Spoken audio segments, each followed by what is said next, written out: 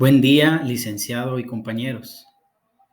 Somos el grupo número 4 y en esta oportunidad trataremos el tema de la NIF 10, estados financieros consolidados.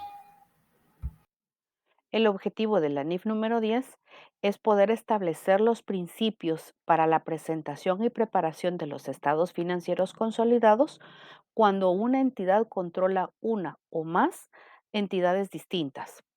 Para esto nos indica que debe que tener el cumplimiento del objetivo. Para poderlo lograr, nos indica primero que requiere que una entidad, o sea, la controladora, eh, de una o más entidades distintas, que serían las subsidiarias, presenten estados financieros consolidados. 2. Nos define el principio de control y establece el control como la base para la consolidación de los estados financieros. 3. Establece la forma en que se aplica el principio de control para poder identificar si un inversor controla una participada y por ello debe consolidar dicha entidad. 4. Establece los requerimientos contables para la preparación de los estados financieros consolidados. 5. Define una entidad de inversión y establece una excepción de consolidar ciertas subsidiarias de una entidad de inversión. Esta norma no trata de los requerimientos para poder realizar la contabilización, las combinaciones de negocios ni sus efectos sobre la consolidación, incluyendo la plusvalía que surge de una combinación de negocios, que esto lo podemos ver en la NIF número 3, que sería combinación de negocios. El alcance de la NIF número 10 nos indica que una entidad que es una controladora presentará estados financieros consolidados y que esta NIF es de aplicación a todas las entidades, excepto a en los siguientes casos. 1. Una controladora no necesita presentar estados financieros consolidados si cumple todas las condiciones siguientes. Una, es una subsidiaria total o parcialmente participada por otra entidad y todos sus propietarios, incluyendo los titulares de acciones sin derecho a voto, han sido informados de que la controladora no presentará estados financieros consolidados y no han manifestado una objeción sobre ello. 2. Si sus instrumentos de deuda o patrimonio no se negocian en un mercado público, es decir, no están cotizados en una bolsa de valores, que no registran sus estados financieros en una bolsa de valores o regulaciones. Esto quiere decir que no tienen el propósito de emitir algún tipo de instrumento en un mercado público. Su controladora final o algunas de las controladoras intermediarias elabora estados financieros que estén disponibles al público. Esta norma tampoco se aplica a los planes de beneficios postempleo u otros planes de beneficios a largo plazo a los empleados a los que se refiere la NIC 19, que nos habla de beneficios a los empleados. Y por último, una controladora, que es una entidad de inversiones, no presentará sus estados financieros consolidados si se le requiere. Esto es de acuerdo con el párrafo 31 de esta norma, medir todas sus subsidiarias a valor razonable con cambios en el resultado. Uno de los temas fundamentales y esenciales que menciona la NIF 10, estados financieros consolidados, es el control. El principio de control, la norma la establece como la base de la consolidación. Y por medio de esta identificamos tanto a nuestras dos figuras principales, que es el inversor y a la participada. Para darles un ejemplo, el inversor no es más que una empresa, ¿sí?, que rige control sobre otra u otras empresas denominadas participadas, ¿sí? Y para que se cumpla este tipo de control, la norma nos dice que deben cumplirse tres siguientes criterios, ¿sí? El primero sería poder sobre la participada. Cuando hablamos de poder, esto quiere decir de que el inversor posee derechos, ¿sí?, que le otorguen la capacidad presente de dirigir las actividades más relevantes sobre la participada. También es necesario la exposición o derecho a rendimientos variables procedentes de su implicación a la participada. Aquí existe una relación directamente a los rendimientos, porque como bien tenemos en cuenta, los rendimientos pueden ya sea aumentar o disminuir y que estos rendimientos que suceden directamente en la participada van a afectar al inversor. Y como último punto, la capacidad de utilizar su poder para influir en el importe de los rendimientos del inversor. Pues el inversor, ¿sí? Al tener el control sobre la participada, también ejerce un sistema de derechos, ¿sí? Y que también le otorga tomar decisiones sobre la participada. Buen día, licenciado y compañeros. Les estaré hablando acerca del poder. El poder, la norma indica que surge de derechos. En ocasiones la evaluación del poder es sencilla, tal como cuando el poder sobre una participada se obtiene de forma directa y únicamente de los derechos de voto, que estos votos son concedidos por los instrumentos de patrimonio, que en este caso lo más común son las acciones. Eh, en otros casos la evaluación es un poco más compleja y requiere considerar más de un factor. Un ejemplo sería cuando el poder procede de uno o más acuerdos contractuales. Siguiendo con el tema del poder, podríamos decir que la evidencia de que el inversor ha estado dirigiendo actividades relevantes puede ayudar a determinar si el inversor tiene poder. Pero esta evidencia no es en sí concluyente para determinar si dicho inversor tiene poder sobre una participada. ¿Por qué decimos esto? Un ejemplo, si dos o más inversores ostentan cada uno derechos existentes que le conceden la capacidad unilateral para dirigir actividades relevantes, el inversor que tiene la capacidad presente para dirigir las actividades que afectan de forma más significativa los rendimientos de esta participada es el que tiene el poder sobre la misma.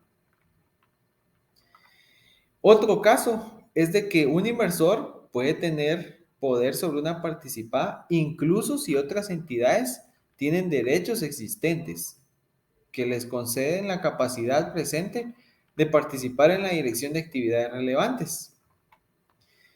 Un ejemplo sería cuando otra entidad tiene influencia significativa. Continuando con nuestra exposición, a continuación les hablaré sobre lo que es el rendimiento. Un inversor está expuesto o tiene derecho a rendimientos variables procedentes de su implicación en la participada. Es decir, evaluará si está expuesto o tiene derechos a los rendimientos variables. La variabilidad depende de la capacidad de la participada para generar suficientes ingresos para pagar la comisión. Es decir, unos ejemplos, los dividendos u otras distribuciones, remuneración por administrar los activos o pasivos de una participada. Esto nos lleva a lo que son los rendimientos. La vinculación entre poder y rendimiento. Un inversor controla una participada si el inversor no tiene solo poder sobre la participada y exposición o derecho a rendimientos variables. Como también podemos mencionar que tiene la capacidad de utilizar su poder para influir en el rendimiento del inversor. Por ello, podemos también mencionar de un inversor con derechos de toma de decisiones determinará si es una principal o un agente. Un inversor que es un agente no controla una participada, como ejerce derechos de toma de decisiones que le han sido delegados. Gracias. Requerimientos de contabilización. Una controladora elaborará estados financieros consolidados utilizando políticas contables uniformes para transacciones y otros sucesos. Sucesos que, siendo similares, se hayan producido en circunstancias parecidas. La consolidación de una participada Comenzará desde la fecha en que el inversor obtenga el control de la participada y cesará cuando pierda el control sobre esta. Participaciones no controladoras. Una controladora presentará las participaciones no controladoras en el estado de situación financiera consolidado. Esto lo hará dentro del patrimonio, pero deberá separarlo del patrimonio de los propietarios de la controladora. Pérdida de control. Cuando una controladora pierda el control de una subsidiaria, deberá tomar en cuenta varios puntos. El primero, deberá de dar de baja en cuenta los activos y pasivos de la entidad que ha dejado de ser subsidiaria. El segundo, reconocerá cualquier inversión conservada en la antigua subsidiaria y posteriormente contabilizará dicha inversión. Y el tercer punto, reconocerá la ganancia o pérdida asociada en la pérdida de control atribuible. Continuando con la norma, encontramos lo que es la determinación de si una entidad es de inversión. La controladora es la que va a determinar si es una entidad de inversión o no. La entidad de inversión es la que obtiene fondos, ¿verdad? De uno o pues más inversores con el fin de prestar servicios de gestión de inversiones. Al igual que se compromete con sus inversores a que su propósito de negocio sea solo la inversión de fondos. Esto, ¿verdad? Para pues obtener rendimientos por la apreciación de capital. Y una entidad de inversión pues medirá y evaluará el rendimiento de todas sus inversiones sobre el valor razonable. Estas son características típicas de una entidad de inversión. Número 1, tiene más de una inversión. Número 2, tiene más de un inversor. Número 3, tiene inversores que no son partes relacionadas de la entidad. Y número 4, tiene participaciones en la propiedad en forma de patrimonio o bien participaciones similares. Ahora bien, la ausencia de cualquier característica no va a impedir, ¿verdad?, que una entidad se clasifique como una entidad de inversión. Entidades de inversión son aquellas donde se obtienen fondos de un inversionista o varios. Según la norma nos indica sobre entidades de inversión que no consolidará sus subsidiarias ni aplicará la NIF 3, que son combinaciones de negocios, cuando obtenga el control de una entidad. También nos indica que una entidad medirá una inversión en una subsidiaria al valor razonable con cambios en resultado, de acuerdo con la NIF 9, lo cual son instrumentos financieros. Dentro de las entidades de inversión, pues se considera que hay una actividad principal, básicamente las cuales son las actividades de inversión, pues su principal propósito es proporcionar servicios relacionados con las actividades de inversión de la entidad de inversión. Pues estas actividades de inversión tienen una categoría principal en el flujo de efectivo por la compra y venta de activos a largo plazo u otras inversiones. Estas inversiones pueden ser títulos, valores y es de gran importancia en las actividades de inversión. También esta norma nos indica que una controladora de una entidad de inversión consolidará todas las entidades que controla, incluyendo las controladoras a través de una subsidiaria, que sea entidad de inversión, a menos que dicha entidad en sí sea una misma entidad de inversión. Aquí nos hace esta excepción. Gracias por su atención. Esperamos sus comentarios.